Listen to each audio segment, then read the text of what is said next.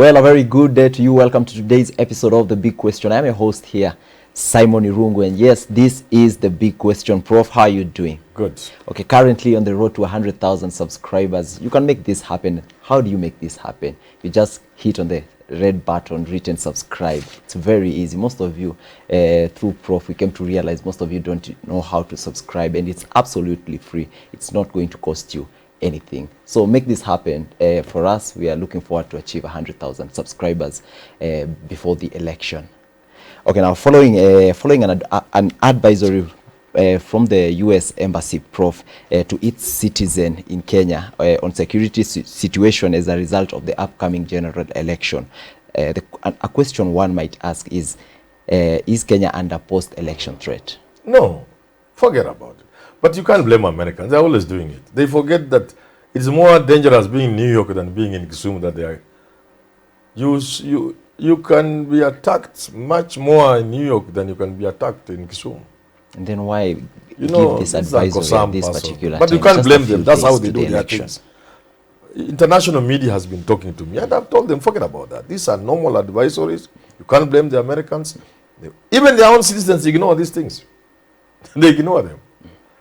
Their own citizens ignore. They know those who live here. You think if somebody had planned to go with a friend from the embassy to Kisumu, you think they will not go because of that advisor? They know it better than them. But the Americans, that's their role. Yeah. State office, State Department has that role. Americans have given them that role to issue this to Americans and their friends who are in other countries. Yeah. Okay, now, Prof, looking at previous election, 2007, 2013, 2017, we have seen what has happened post-election, Prof.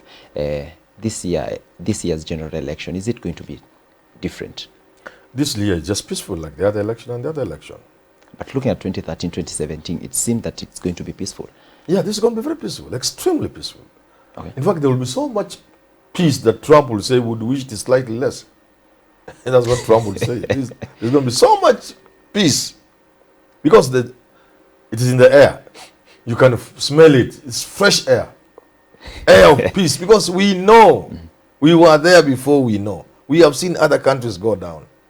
And Kenyans cannot take peace for granted. Neither can they do anything to tamper with that peace. They know. Okay, we've heard of the cases, of a few cases like the case in Rift Valley where there are leaflets telling other indigenous communities where they are going to be casting their vote. What do you say about that? You know that can't be true. And anybody doing that is stupid, led by foolishness. It's not possible. That level of folly is disgusting.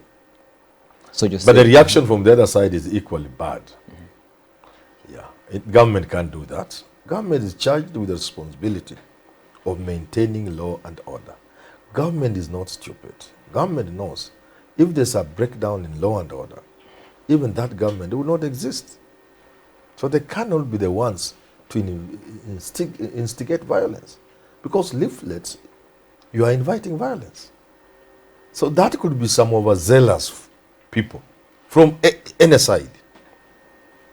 The thing to do is not to bring that on the doorsteps of government by implicating government, the way Ruto has done. No, you don't do that. You work with the government to try and establish who is doing this. Okay, now let me ask you this. As a result of such allegation, how do we as politicians, as citizens, as people in government, now how do we tackle this issue? Because we know that such allegation can actually lead to something serious after the general election. The first thing is to educate the masses. Tell them you need your neighbor more than you need your brother. You need your neighbor more than you need government.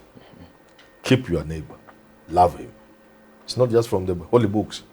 It is true, practically speaking. Then we must all talk against that, all without exception. Number 3, we must resist the temptation of trying to make political capital out of that. And I see that's what Ruto is trying to do. Okay.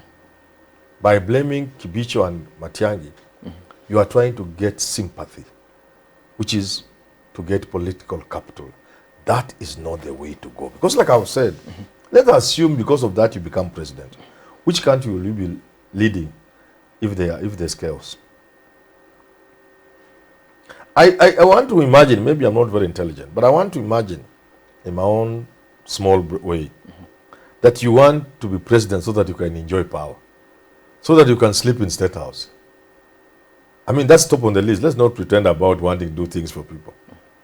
Then how are you going to enjoy that if the country, there's chaos all over the country? How will you enjoy it? Okay, how will you sleep in State House? How do you prefer William Ruto tackles this issue, or First Raila if he is faced with the same situation? To condemn it, try to explain to the people why that is a useless thing to do, to tell the people attempting to divide Kenyans to stop it because it will not work, to ask government to be vigilant, to ask government to investigate and come to the root cause of this, because with the existing level of intelligence and technology, it should not be difficult for government to apprehend the people responsible. That's how you go about it. But the moment you begin to say it is from Matiang'i and Kibicho, you are descending to the level of those who have done it. And that's a dangerous thing to do. Not just dangerous, it's also a stupid thing to do. Okay. Yes. Now, the deputy president had a briefing yesterday at his home, and this is what he said, that there is a meeting being held to orchestrate disharmony and conflict and plan what isn't good for Kenya. Such words, such powerful words coming from the deputy president. What do you make of the deputy president currently? You are inciting the people. Should there be action taken against such words? If the allegations are false? That's what you want. You want action to be taken so you get sympathy votes. It is a strategy from the deputy president. Don't go for votes at the cost of everything. Because you want to be a president to lead people and to lead a country.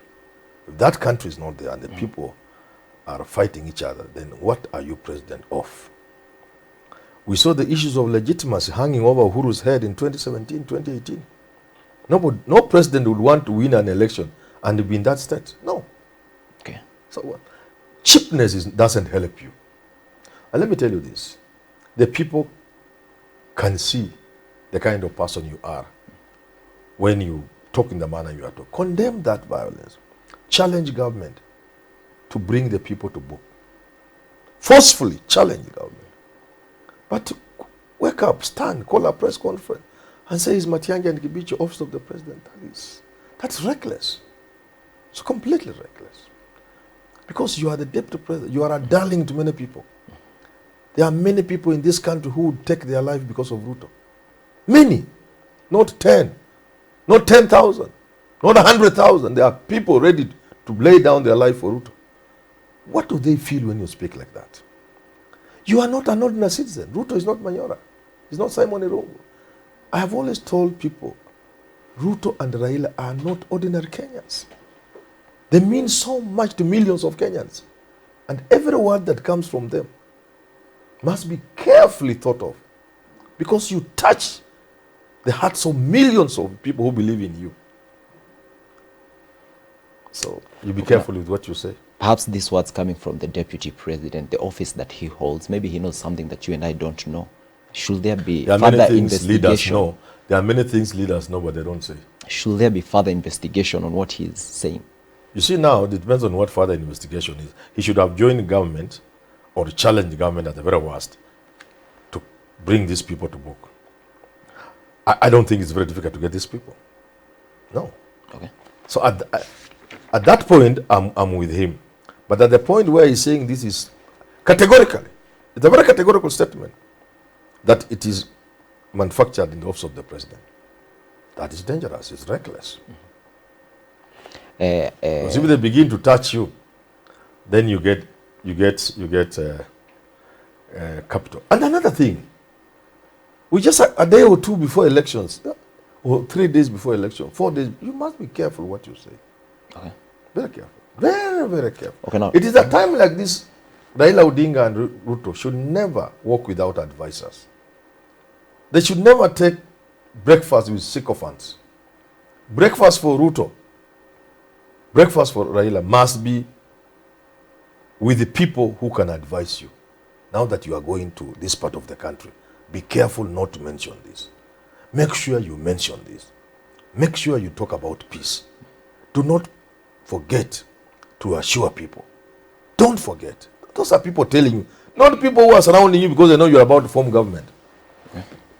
Sometimes back during the campaigns, Deputy President William Ruto said his opponent is making it very difficult for him to campaign in some areas. And we also saw the situation in Rift Valley where the helicopter for Raila was stormed by some of the civilians there, Prof. Now that was during just the campaigns.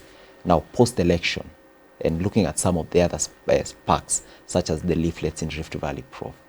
I pose the same question. That's what I'm saying. Ruto is a man of contradictions. I don't know what he suffers from. So you go to Kandele and there are 1 or 2 stones are thrown and it is said you have distributed money. So for that reason alone, you say your opponent has made it difficult for you to go and campaign. But your opponent was deep in your heartland. Not very far from where he married, by the way. His wife's come from around there. His helicopter is torn. Helicopter. Airbound. You know, that's dangerous. Those people could all die. You can't compare what happened there in Soy to what happened in. But Raila has not said that Ruto is making it impossible for him to campaign in Rift Valley. You can see a person profiling a whole community. You want to be a president, and you are profiling a whole community. We must call Ruto out for that and say, look here, you are a young person. In fact, I have a problem looking at a Kenya where Ruto will not be a president one time. I'm trying to close my eyes and imagine. I can't see I can't see it's possible that one day Ruto will not be president. I see Ruto being president one day. But I also add, that will happen depending on how he behaves now. So people are beginning to have an idea of what kind of person he is. Of course, I know he will not get this election. But this is not the only election that there is. He has 4 more elections to reach Raila's edge. 4. 4 elections to be Raila's edge. To be Biden's edge, maybe 5 edge elections. Don't spoil your future just because there's an election coming on Tuesday which you are not getting. Think about your future. That's why I'm saying politicians ought to listen more to advisors than the sycophants around them. Yeah. Okay, now finally, as we wrap up the conversation, Prof, should the government prepare for post-election? That is the wrong word. Maybe you don't know English. Should government is prepared. Government is always prepared. When I say in fact, much more prepared than ever before because of what happened in 2008. It has taught government. Government has ensured that we have police stations in the number and places where they should be. Government has rapid deployment forces on the ready. Government has already mapped out possible hotspots.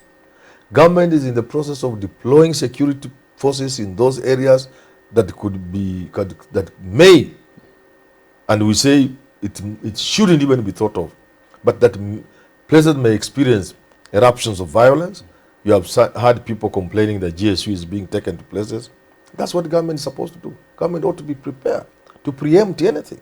That's the duty of any government, to ensure the security of its citizens by being sensitive to the times, the environment, the context, and so on and so forth. Yeah. Okay, now as we wrap up the conversation, Prof, what does it mean for us Kenyans? Because everyone is looking forward for a peaceful election. What does it mean to us that we hold a peaceful election? We have no choice. Kenya have no choice but to hold a peaceful election, which is not possible until you see your neighbor for what they are. They are your brother. Love them. Differ. Go and vote for Ruto. Let your neighbor vote for Raila. Come back. Like Uhuru once said, na kama anapika chapati ingia pale mwambie nipe mbili hapa hata mimi kule. Kuja na nyama. Kwanza wewe umetushinda wewe. Nyinyi mmetushinda nyinyi. Bas. Life goes on. Kenyans must never see this thing as a matter of life and death. In any case, Ruto, Raila, Junet Mohammed, Sudi, they play in the same league. They are in the same WhatsApp group. These guys operate businesses together. They are shareholders in companies. You can go at the register of company. You'll find them. Perhaps they're planning to go on a vacation after election. Yes, they will meet in... bwana tulichoka, lakini mlitukimbiza, lakini pale mlituwai. in shorts, seashells, kwa beach. You are nursing, your eye is still, you're very stupid. Yeah. But I'm happy Kenyans have begun to see these things. Kenyans know politics. An election is a contest between the same people. They bring an artificial divide to hoodwink us that there's some form of competition. They are the same people, the same team. They were divided to katikati so that they can sustain their hold over other Kenyans or other people. Leadership is about managing the resources of the state. And this is managed and kept in the hands of a few people. Almost 1% of the population, if not less. Now, for these people, 99% of us, to believe we have hope, they create artificial divisions among themselves. And occasionally, periodically, every election, they pretend to be fighting for it. Then when it's over, they go back and begin sharing the resources of this country. Jobs, we nani bwana, ningekuwa minister hapo mimi ndio ningekusaidia. Shika hivi jana tano andika kazi. They don't come to me for my children who are jobless, by the way. You know them. They don't come to me to give them my children. You know, if Raila wins, the people who will make ministers will not help me to have my children employed. Me, even me, I, Manyora. So you, they are voting for Raila or Ruto. If they cannot help Manyora, who is known, how much can they help you yourself? Prof, can you be left out of government? Who will give me? They will not give me. I have been there. These governments have been formed when I'm seeing. There's one day on TV when Uhuru formed this government. I said, Uhuru, this cabinet is not complete without Manyora. People really laughed. But they have never given me. So what I'm trying to say, we don't have to be given. There are only so many. How many ministers are there? There are 22. We can't all fit there. I can't even ask anybody to give me. I can't, never. But what I'm saying is, we must know this is a game for the big boys. Let's not kill ourselves over them. Let's help them to get in power. Then we go back to our lives and hope they can make our lives slightly better. But let's not fight each other in the name of people who are basically brothers and sisters. They belong to a club. Even if it literally means they go to the same clubs. They are members of the same club.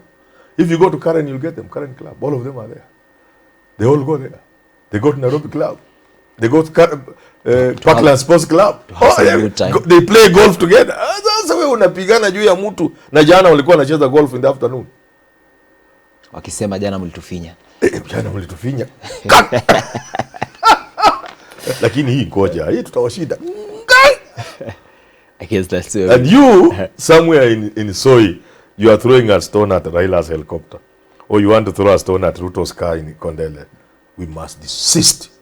But I'm happy because Kenyans have gotten to that point where they know. Between the politicians, this is just a game. Well, that's where we wrap up the conversation. From Professor, we don't have any other option but to hold peaceful elections because we still need this Kenya even after August 9th. Till you have this conversation again, enjoy the rest of your day.